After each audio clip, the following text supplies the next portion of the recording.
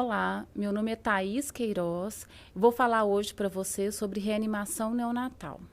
Eu sou instrutora do programa de reanimação neonatal, sou plantonista e coordenadora da equipe de telemonitoramento da UTI neonatal, plantonista neonatologista do Hospital Mater Dei e do Hospital Risoleta Tolentino Neves. Eu sou doutoranda em saúde da criança e do adolescente pela UFMG, sou gastroenterologista e hepatologista pediátrica aqui do Hospital das Clínicas e membro do grupo de transplante hepático pediátrico também do Hospital das Clínicas. Como que vai ser o desenvolvimento da nossa aula de reanimação neonatal? Eu vou dividir em 5 partes. Vou falar primeiro sobre os passos iniciais da reanimação, depois sobre a ventilação com pressão positiva, depois sobre intubação, massagem cardíaca e, posteriormente, medicações. Hoje a gente sabe que a gente tem cerca de 6.000 óbitos por asfixia perinatal no Brasil, sendo que isso representa 20% dos óbitos neonatais. Cerca de 15 recém-nascidos, de 13 a 15 recém-nascidos, morrem por dia. Isso dá em torno de um bebê a cada 2 horas. Por isso a importância da reanimação neonatal para mudar esses dados. A gente ainda tem muito óbito por asfixia perinatal. Se você faz uma reanimação neonatal com a técnica adequada, a gente sabe que 1 em cada 10 recém-nascidos vai precisar de uma assistência para iniciar a respiração ao nascimento. 1 em cada 100 vai necessitar de intubação traqueal e ou massagem cardíaca. Isso se a reanimação neonatal estiver com a técnica adequada. E 1 para cada 1.000 recém-nascidos necessita de intubação ou massagem e medicações. As ações da reanimação neonatal é o ABC, o A de Airway, B de Breathing, C de Circulation. Então, a reanimação neonatal, diferente da pediatria, não mudou. A gente continua no ABC. Então, toda vez que a gente chega para fazer uma sala de parto, a gente tem que estar preparado para fazê-lo. Então, a gente tem que saber uma história materna detalhada, ter os equipamentos disponíveis e uma equipe treinada para reanimação neonatal. Claro que se você chega numa urgência, 2 perguntas são fundamentais da história materna. Se esse líquido amniótico é meconial e se a gestação é a termo. Claro que se isso você chega, que não dê tempo de fazer uma história detalhada, mas essas 2 são fundamentais para você direcionar os seus passos da reanimação neonatal. Em relação à equipe, hoje a gente precisa de pelo menos um profissional para o recém-nascido capaz de iniciar todos os procedimentos da reanimação neonatal. Ou seja, não pode ser o obstetra nem o anestesista. É um profissional exclusivo para o recém-nascido. Então, toda vez que eu chego para fazer uma sala de parto, eu tenho que fazer pelo menos essas 4 perguntas, que vai me direcionar para os passos da reanimação. A primeira delas é a ausência de mecônio, gestação a termo, se o menino tem um bom tônus, se ele está respirando ou chorando. 2 delas dá para eu fazer antes do bebê nascer, que é a ausência de mecônio e se a gestação é a termo. As outras 2 é assim que o bebê nasce. Eu vou querer saber se ele nasceu com bom tônus e se ele está respirando ou chorando. Se eu respondi sim a essas 4 perguntas, ou seja, o bebê é líquido claro, a gestação é a termo, o bebê nasceu vigoroso, ele tem bom tônus e está respirando ou chorando. O que eu vou fazer com esse recém-nascido? Eu vou recepcioná-lo em campo aquecido, eu vou posicionar o recém-nascido junto à mãe, de preferência sobre o abdômen, né, no nível da placenta, e vou começar os meus passos iniciais. Esses passos iniciais têm que ser feitos em 30 segundos. O que consiste esses passos iniciais? Eu vou prover calor, que pode ser no colo da mãe. Eu vou posicionar a cabeça do bebê. Qual que é essa posição? Leve extensão da cabeça, que a gente fala que é a posição de cheirador de teto. Aspirar boca e narina, se necessário, ou seja, se não tem secreção, eu não preciso aspirar. Depois, secar e desprezar os campos úmidos, reposiciono esse bebê e reavalio. O que eu vou reavaliar? Frequência cardíaca e padrão respiratório. Lembrando que a frequência cardíaca eu sempre vou olhar preferencialmente com estetoscópio na região do pré-córdio durante 6 segundos e multiplico por 10. E o padrão respiratório não é a frequência. Eu vou querer olhar o quê? Se o bebê está respirando e se a respiração é rítmica e regular. Eu não vou contar a frequência respiratória. Então, com isso, eu faço meus passos iniciais que tem que durar 30 segundos. Se o bebê nasceu vigoroso, ou seja, ele está respirando e chorando, então tem bom tônus, é termo e não é mecônio, meu clampeamento de cordão pode ser com 1 a 3 minutos. Com isso, eu vou evitar a anemia futuramente. E toda vez, mesmo que você já terminou os passos iniciais, você continua reavaliando esse bebê a cada 30 segundos. Quando respondemos as perguntas se há ausência de mecônio, eu respondo que é ausência de mecônio, mas que a gestação de um prematuro é uma situação especial. Se o bebê é prematuro, mesmo que nasça vigoroso, ou seja, respirando ou chorando ou tem bom tônus, o tempo de clampeamento de cordão é de 30 a 60 segundos. Você inicia os passos iniciais no campo, mas depois leva esse bebê para o berço de calor aquecido, porque é um bebê de risco, é um bebê prematuro. E se esse bebê prematuro for um prematuro extremo, ou seja, um prematuro com peso de nascimento menor do que 1.500 gramas, é uma situação especial, em que a gente preocupa principalmente com a temperatura corporal desse bebê. O nosso objetivo é manter a temperatura desse recém-nascido entre 36 e 36 graus e meio. Para isso, a temperatura da sala tem que estar em torno de 26 graus Celsius. A fonte de calor radiante deve ser pré-aquecida, sempre recepcionar o recém-nascido com os campos aquecidos e envolvê-lo em saco plástico de polietileno. Então, na hora que o bebê nasceu, você já vai ensacá-lo, sem secar o corpo desse bebê. Depois que você ensacou o bebê, você vai levá-lo para o berço de calor radiante, secar o polo cefálico, colocar a touca e depois continuar os passos da reanimação neonatal. Então, para que você faça isso, o clampeamento de cordão de um recém-nascido com menos de 1.500 é um clampeamento imediato de cordão. E sempre transportar esse bebê numa incubadora pré-aquecida. Como o recém-nascido prematuro extremo tem uma pele, ele perde muita temperatura, muito calor pela pele imatura. Então, a gente tem que tomar muito cuidado em relação à temperatura corporal do recém-nascido prematuro. Continuando, aí a gente tem um bebê, que eu respondi nas 4 perguntas, que a gestação não é a termo, o bebê é prematuro, é líquido claro, mas ele não nasceu vigoroso, ele nasceu em apneia ou com a respiração irregular e com um tônus inadequado, ou seja, o bebê é hipotônico. O que eu vou fazer com esse bebê? Ele não nasceu vigoroso, então o clampeamento é imediato e eu vou levá-lo para o berço de calor radiante. Lá eu vou prover calor, eu vou posicionar a cabeça do bebê em leve extensão do pescoço, vou aspirar a boca e narina se necessário, vou secar e remover os campos úmidos, vou reposicionar a cabeça e reavaliar. Na minha reavaliação, frequência cardíaca e padrão respiratório. Nessa reavaliação, eu vejo que o bebê tem uma frequência maior do que 100 e a respiração é rítmica e regular.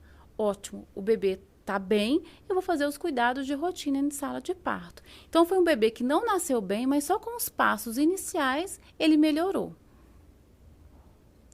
E quando eu tenho mecônio? Quando o bebê, eu respondi naquelas 4 perguntas. A minha gestação é termo, mas tem presença de mecônio. Aqui eu tenho que avaliar a vitalidade do recém-nascido. Então, além de saber se ele nasceu respirando ou chorando, se tem um bom tônus muscular em flexão, é uma situação que eu tenho que olhar a frequência cardíaca ao nascimento. Então, toda vez que você tiver um bebê que nasça, que é presença de mecônio, ao nascimento eu tenho que checar a frequência cardíaca pela palpação do coto umbilical. Então, se você responde que o bebê está respirando, ou seja, uma respiração ritmo irregular, ele tem um tônus em flexão e a frequência é maior do que 100 BPM, o que eu vou fazer? Eu vou levar esse menino para o berço de calor radiante e vou fazer os passos iniciais, posicionar, aspirar, secar, remover campos úmidos e reavaliar. Agora, e se eu respondo não a uma dessas perguntas? Se o bebê tem uma respiração irregular ou ausente, ou ele é hipotônico, ou a frequência é menor do que 100? Também, clampeamento imediato, vou levar para o berço de calor radiante. E aqui, o que eu vou fazer? Sobre aspiração, sobre visualização direta, ou seja, por laringoscopia, eu vou aspirar a boca e o hipofaringe com uma sonda traqueal número 10 e depois eu vou aspirar a traqueia do recém-nascido com um tubo. Isso tudo por visualização direta, ou seja, com laringoscopia. Então, o que vocês percebem aqui? Toda vez que eu tenho um bebê que o líquido amniótico, na gestação o líquido é meconial, o clampeamento é imediato de cordão, independente se ele nasça vigoroso ou não, porque é um bebê de risco. Aqui, só para mostrar o que é o dispositivo de aspiração de mecônio, em que um lado você vai conectar no vácuo e no outro lado no tubo. Então, aqui a gente tem um conector separado do tubo. Um outro dispositivo é já o tubo orotraqueal com um conector da aspiração da sonda traqueal, em que você monta isso e manda para esterilizar. Pode ser uma outra maneira, um outro dispositivo para aspiração traqueal do mecônio. Então, vamos lá. Quando a gente tem um bebê que eu respondo naquelas 4 perguntas, que eu tenho ausência de mecônio, o bebê é prematuro ou termo, mas ele não nasce vigoroso. Ele nasceu em apneia ou respiração irregular. Ou está hipotônico, clampeamento imediato de cordão e passos iniciais. Então, eu vou prover calor, posicionar a cabeça, vou aspirar se necessário, vou secar, eu vou remover o campos úmidos, reposicionar e reavaliei. Na minha reavaliação, esse menino continua com uma frequência, ele continua em apneia ou gasp, ou tem uma respiração irregular, ou tem uma frequência menor do que 100. Então, está indicado para iniciar a ventilação com pressão positiva. Então, quais são as 3 indicações de VPP, de ventilação com pressão positiva? Frequência cardíaca menor do que 100, apneia ou gasping ou respiração irregular. E essa ventilação com pressão positiva? Vai ser ofertada com O2 ou sem oxigênio? Então, o que eu preciso saber? Toda vez que eu indico uma ventilação com pressão positiva, eu devo monitorizar com oximetria de pulso esse recém-nascido. Além desse bebê que eu indico a VPP, todo recém-nascido com menos de 34 semanas deve ser monitorizado com oximetria de pulso. Tá? E como que eu vou monitorizá-lo? Eu vou colocar o sensor na região do pulso radial ou na palma da mão direita. E primeiro eu coloco o sensor para depois eu conectar o cabo no aparelho. Porque com isso eu vou ter uma leitura mais rápida. A leitura demora em torno aí de 1 a 2 minutos após o nascimento. E isso se você conectar o sensor posteriormente. E eu vou conseguir essa leitura só se eu tiver um débito cardíaco suficiente com uma perfusão periférica. E quais são os meus valores de parâmetros? Uma saturação adequada até 5 minutos de vida é de 70% a 80%. Com um bebê com 5 a 10 minutos de vida, a minha saturação vai ser de 80% a 90%. Com mais de 10 minutos de vida, de 85% a 95%. Então, não precisa a gente querer que o menino que acabou de nascer tenha aí 1, 2 minutos de vida, que ele sature 90% a 95%. Então, qual é a concentração de oxigênio que eu vou fazer a minha ventilação com pressão positiva? Vai depender da idade gestacional desse recém-nascido e se você tem o dispositivo, o blender e oximetria em sala de parto. Então, se o recém-nascido tem maior ou igual a 34 semanas de idade gestacional, independente se você tem blender ou não, você vai iniciar a VPP em ar ambiente. Uma vez que você fez a VPP com ar ambiente, você vai fazer 30 segundos e vai reavaliar esse bebê. Na sua reavaliação, ele não melhorou, você vai pensar então em checar sua técnica e ofertar O2 suplementar. Aqui que muda se você tem blender ou não. Se você tem blender, você vai ajustar a concentração de oxigênio de acordo com a frequência cardíaca e a saturação. Agora, se você não tem o blender oxímetro de pulso e o bebê não melhorou, você vai fazer a ventilação com O2 a 100%. E quando o bebê tem menos do que 34 semanas? Aqui depende de imediato se você tem blender ou não. Se você tem blender, você vai começar a VPP com uma FO2 de 40%. Se o bebê não melhorar, depois que chegou a TEC, você vai ajustar essa concentração de oxigênio conforme frequência cardíaca e saturação. Agora, você não tem blender.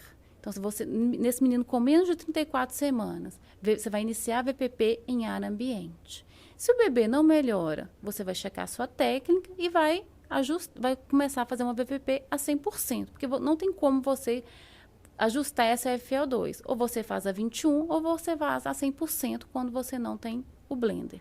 O ideal hoje é que toda sala de parto você tenha o dispositivo de oximetria e o blender. E como que eu faço a ventilação com pressão positiva? Eu tenho alguns dispositivos. Eu posso usar o balão anestésico ou a baraca. Eu posso usar o balão autoinflável, que é o que a gente mais utiliza. Eu posso usar o ventilador mecânico em T, que é conhecido como Baby Puff. O balão autoinflável, que vocês veem em foto aqui, ele é mais fácil de manusear. Ele é o mais barato, ele tem um baixo custo e ele não necessita de gases para funcionar. Então, ele facilita o manuseio. Aqui é uma foto do ventilador manual em T ou Baby Puff. Então, esse dispositivo a gente consegue dar uma pressão inspiratória, a gente consegue dar a pressão inspiratória, a PEP, a expiratória positiva, o que ajuda muito em recém-nascidos, principalmente recém-nascidos extremos, em que você mantém esses alvéolos, você diminui o colabamento.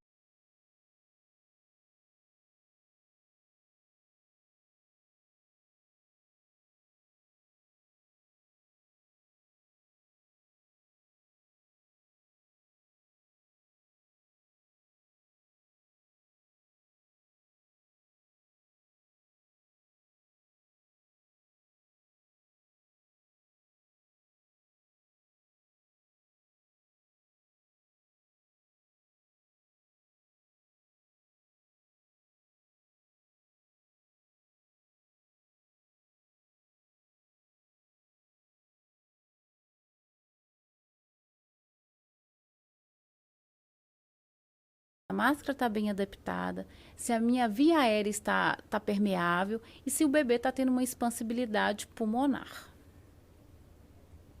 E como que eu sei que a minha ventilação com pressão positiva está sendo efetiva?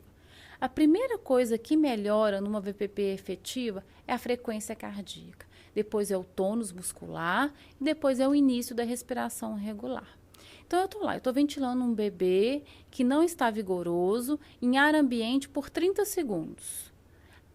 Reavalio e vejo que na minha reavaliação a frequência cardíaca está maior do que 100 e a minha respiração é regular e a minha saturação é adequada. O que eu vou fazer? Eu vou suspender a minha ventilação com pressão positiva.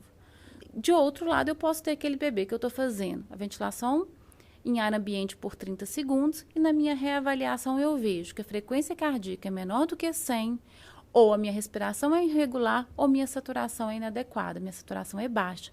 O que eu vou fazer? Eu vou verificar e corrigir a técnica da ventilação com pressão positiva. Então, eu estou ventilando o bebê em ar ambiente, ventilei por 30 segundos. Eu reavaliei, ele continuou com a frequência menor do que 100, ou a respiração irregular, ou a saturação baixa. Então, eu vou verificar e vou corrigir a minha técnica.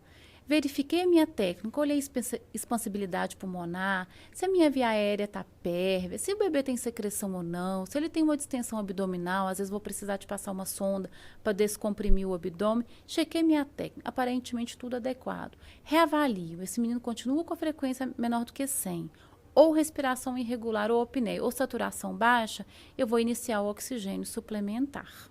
Então, eu estou reventilando o recém-nascido em ar ambiente por 30 segundos. Na minha reavaliação, ele continua com a frequência menor do que 100, ou respiração irregular ou apneia, ou a saturação baixa. Eu vou verificar e corrigir a minha técnica de ventilação com pressão positiva. Ele continua ainda, verifiquei a técnica aparentemente adequada, mas ele continua com a frequência menor do que 100, ou respiração irregular ou apneia, e a saturação inadequada, eu vou iniciar o oxigênio suplementar. Estou ventilando esse bebê com O2 suplementar e vou continuar checando a técnica. E esse recém-nascido não melhora, eu tenho que pensar em intubação traqueal. Então, quais são as indicações de intubação traqueal? Aquele bebê que necessita de aspiração traqueal e que não nasceu vigoroso, Que bebê que é esse? Aquele bebê que nasceu com mecônio e não é vigoroso. Então, eu tenho que entubá-lo para fazer aspiração sob visualização direta. Aquele bebê que eu estou fazendo ventilação com pressão positiva, prolongada, que minha VPP não está sendo efetiva. Então, eu tenho que pensar em intubação. Todo bebê que eu indico massagem cardíaca, ou seja, frequência cardíaca menor do que 60, esse menino deve estar intubado. É claro que o menino que nasce com frequência cardíaca menor do que 60, você não vai direto para massagem cardíaca, você vai fazer todos os passos, ventilar, intubar. Se ele mantiver a frequência menor do que 60, que você vai pensar em massagem cardíaca. E naquele bebê que eu suspeitei ou tem um diagnóstico confirmado de hérnia diafragmática em que eu não posso ventilar sem antes intubá-lo. E qual que é o diâmetro da cânula que eu vou utilizar? Então, eu tenho disponível em sala de parto os diâmetros de 2,5, 3, 3,5, 3,5 a 4 milímetros. Quando eu pego um tubo de 2,5 milímetros, é para aquele bebê que tem menos de 1 quilo, uma idade gestacional menor do que 28 semanas. Um tubo de 3 milímetros é aquele bebê que pesa de 1 a 2 quilos, aproximadamente de 28 a 34 semanas de idade gestacional. O tubo de 3,5 milímetros para aquele bebê entre 2 e 3 quilos e uma idade gestacional aproximada de 34 a 38 semanas. E o 3,5 a 4 para aquele bebê maior do que 3 quilos e uma idade gestacional maior do que 38 semanas. E como que eu vou entubar? Para eu entubar esse recém-nascido, primeiro eu preciso fazer uma laringoscopia. A minha laringoscopia sempre é com a mão esquerda, independente se você é destro ou canhoto. Então, vou posicionar esse bebê, vou fazer laringoscopia, estabilizo a cabeça do bebê em leve extensão do pescoço para entubar. Se você não posiciona esse bebê adequadamente, você não vai conseguir entubar. Porque se você deixa o pescoço fletido, você não vai conseguir ver a glote. Se você deixa esse pescoço muito estendido, você provavelmente vai visualizar a língua. Uma vez que eu não conseguir entubar, eu interrompo o procedimento e inicio a VPP. Eu tenho 30 segundos para tentar entubar, para conseguir essa intubação. Se eu não conseguir, eu interrompo o procedimento e ventilo esse paciente. Então, o que mudou da reanimação aí nos últimos anos foi isso. Antes eu tinha 20 segundos para tentar entubar esse recém-nascido. Hoje é preconizado que você tem 30 segundos para fazer isso. Durante o procedimento, o oxigênio deve ser ofertado para esse recém-nascido por látex. E o tanto que eu vou introduzir desse tubo? A gente tem uma regrinha que é o peso do recém-nascido mais 6. Mas muitas vezes eu não vou ter o peso desse recém-nascido. Claro que é um peso estimado e muitas vezes você vai ter um ultrassom recente com o peso estimado desse bebê. Então, a regrinha é, se eu tenho um recém-nascido que nasceu com 1 quilo, eu vou deixar o tubo na marca 7, ou seja, peso mais 6. E como que eu vou saber se esse tubo está na posição correta?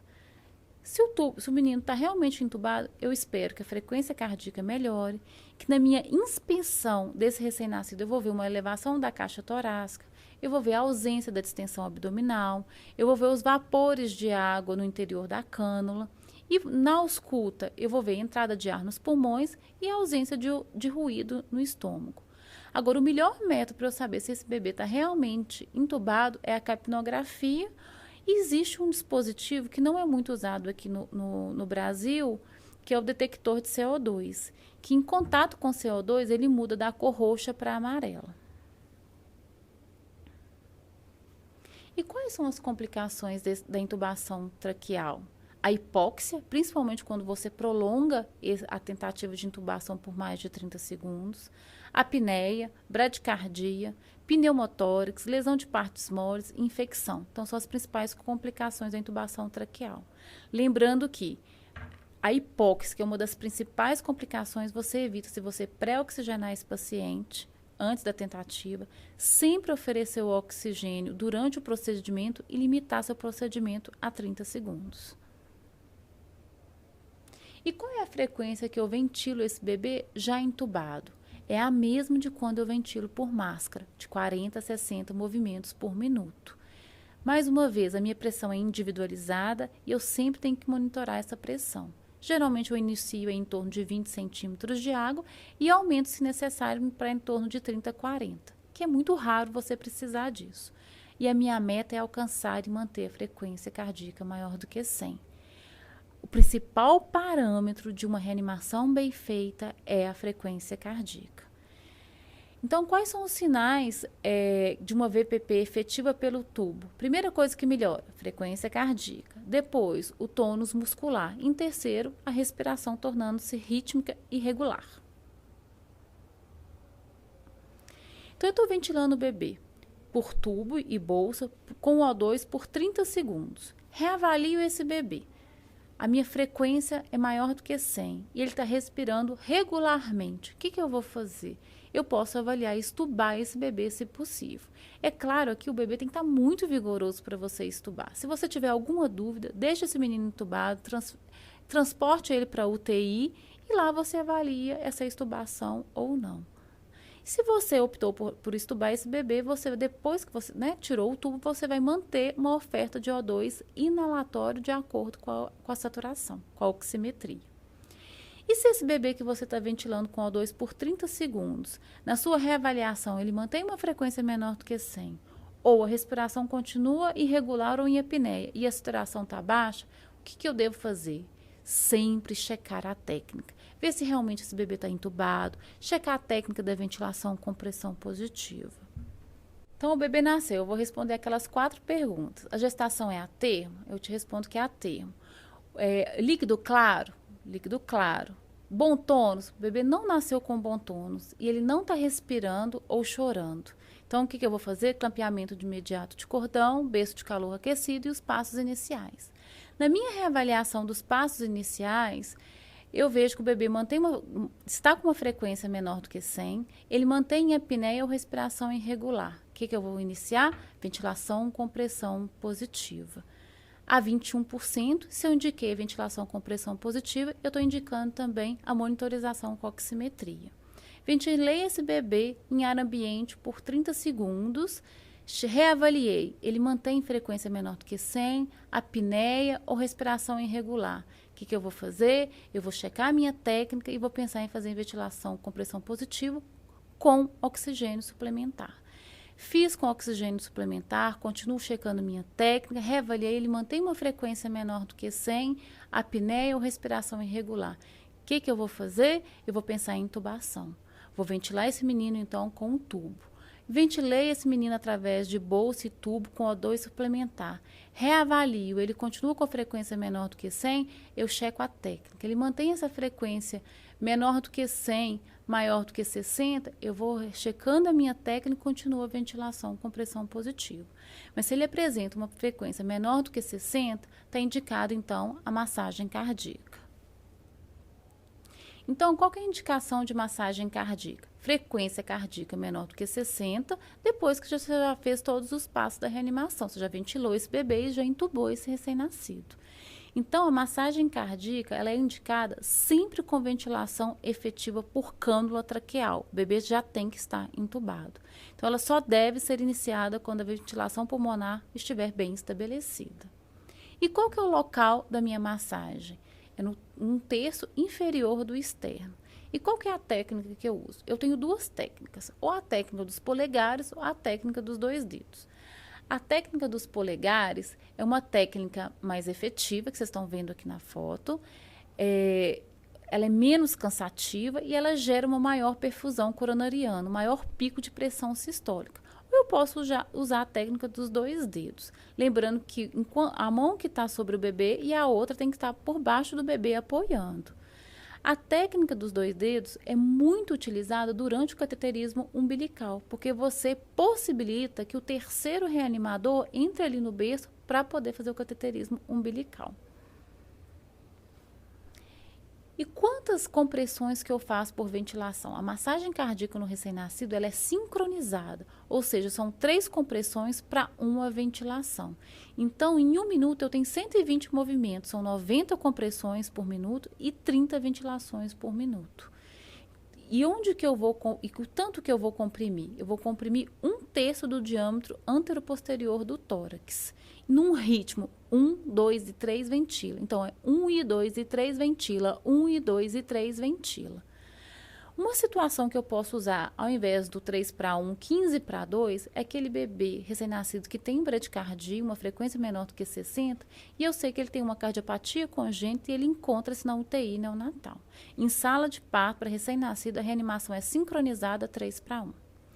E quais são as minhas complicações da massagem cardíaca? Fratura, principalmente uma técnica inadequada, e a fratura pode levar a um hemotórax ou um pneumotórax, laceração do fígado. A primeira coisa que melhora quando a minha massagem cardíaca está sendo feita com uma técnica adequada é a frequência cardíaca. Então, a frequência cardíaca é o principal parâmetro que determina a indicação e eficácia da reanimação neonatal. Então, eu estou lá ventilando o bebê pelo tubo com oxigênio e fazendo massagem. Eu vou reavaliar esse bebê depois de 45 a 60 segundos de ventilação com massagem. Isso aqui foi uma outra mudança nos últimos anos. Antes a gente reavaliava a frequência em torno de 30 segundos. Agora é de 45 a 60 segundos. Se esse bebê, depois que eu fiz um ciclo de massagem, ele está com a frequência maior do que 60, você vai interromper a massagem cardíaca e vai manter a ventilação com pressão positiva, ali de 40 a 60 movimentos por minuto, até sua frequência ficar maior do que 100 e a respiração regular. Agora, se eu estou ventilando esse bebê pelo tubo, com oxigênio suplementar e massagem cardíaca, depois de 45 a 60 segundos, esse bebê mantém uma frequência menor do que 60, o que eu vou fazer? Verificar a técnica. Ver se a posição do tubo está adequada, se a minha técnica da VPP está adequada e se a minha massagem cardíaca também está adequada. Então, sempre checar a técnica. Então, para a gente resumir, eu tenho o bebê lá, vou responder as 4 perguntas. Te respondo que a ausência de mecônio é termo, mas o menino nasceu deprimido, ou seja, o tônus não é adequado e ele não está respirando ou chorando. Clampeamento imediato de cordão, passos iniciais, no berço de calor aquecido. Depois, durante meus passos iniciais, reavalio esse bebê. A frequência está menor do que 100, ou ele tem apneia ou respiração irregular. O que eu vou fazer? Indicação de ventilação com pressão positiva em ar ambiente e indicação de monitorização. Fiz um ciclo de VPP, reavalio. Ele mantém frequência menor do que 100, ou apneia ou respiração irregular. O que eu vou fazer? Checa a técnica. Não melhora, O2 suplementar. Não melhora, intubação. Não melhora e frequência menor do que 60, depois que eu chequei a técnica, massagem cardíaca. Com a massagem cardíaca, frequência menor do que 60, não melhorou, checa a técnica, não melhorou, medicações. E quais são as medicações que a gente usa na reanimação neonatal? A gente usa adrenalina ou epinefrina e o expansor de volume. São as 2 medicações de sala de parto. E qual que é a minha via para essas medicações? Eu posso fazer via endotraqueal ou venosa, sendo que a minha via venosa preferencial é a veia umbilical, mas você está permitido fazer um intraósseo. Lembrar que toda vez que eu vou fazer um cateterismo umbilical, eu tenho que preencher a minha sonda ou meu catéter umbilical antes de introduzir no recém-nascido, porque senão eu vou provocar uma embolia gasosa. Lembrando também que a técnica do cateterismo umbilical é uma técnica que tem que ser asséptica, ou seja, estéril. Então, toda vez que eu fizer uma medicação pelo cateterismo, pelo catéter umbilical, eu tenho que lembrar de fazer um flush, porque senão a minha medicação vai ficar toda dentro do catéter e não vai chegar até o bebê. Então, se eu fiz uma dose de medicação, eu tenho que empurrar essa medicação com um flush de 0,5 a 1 ml de soro fisiológico. Então, uma das principais medicações, que é a adrenalina, que a gente usa na sala de parto, a gente não tem ela na apresentação 1/10.000, que é a preconizada para recém-nascido. Então, a gente tem que preparar essa adrenalina 1/10.000. O que a gente tem é a adrenalina 1/1000. Então, como que eu vou fazer essa solução 1/10.000? Com uma seringa de 10 ml, você vai pegar 1 ml da adrenalina, mais 9 ml de soro fisiológico. Com isso, você tem sua solução 1/10.000. Com essa seringa de 10, você vai preencher uma seringa de 5 ml e algumas seringas de 1 ml. Por que isso? A adrenalina eu posso fazer ela endotraqueal ou endovenosa. A endotraqueal ela pode ser feita uma única vez. Por que isso? Porque a absorção é errática, Então, eu posso fazer ela uma única vez. E a dose da adrenalina endotraqueal, ela é maior, é de 0,5 a 1 ml quilo dose. Por isso que eu preciso da seringa de 5 ml. Se eu tenho um bebê que pesa 1 quilo, eu vou ter que fazer meio ml. Se esse bebê pesa 4 quilos, vão ser 4 ml. Então, uma seringa de 5 ml vai atingir todos os meus recém-nascidos. Então, eu faço uma única só vez. A adrenalina endovenosa, eu posso repeti-la a cada 3 a 5 minutos.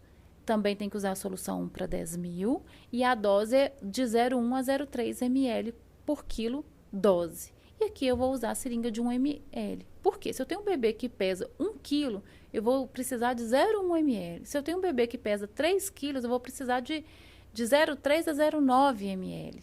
Então, uma seringa de 1 ml me atende. E eu preciso dela estar toda em divisões para eu saber o que é 0,1, 0,2 ml. Então, eu estou fazendo a ventilação com pressão positiva num paciente entubado que já está sendo massageado e eu fiz a primeira dose de adrenalina. Eu fiz a dose de adrenalina e esse paciente continua com a frequência menor do que 60, eu tenho que checar a minha técnica, eu tenho que verificar a posição do meu tubo, verificar a técnica da ventilação com pressão positiva e da minha massagem cardíaca.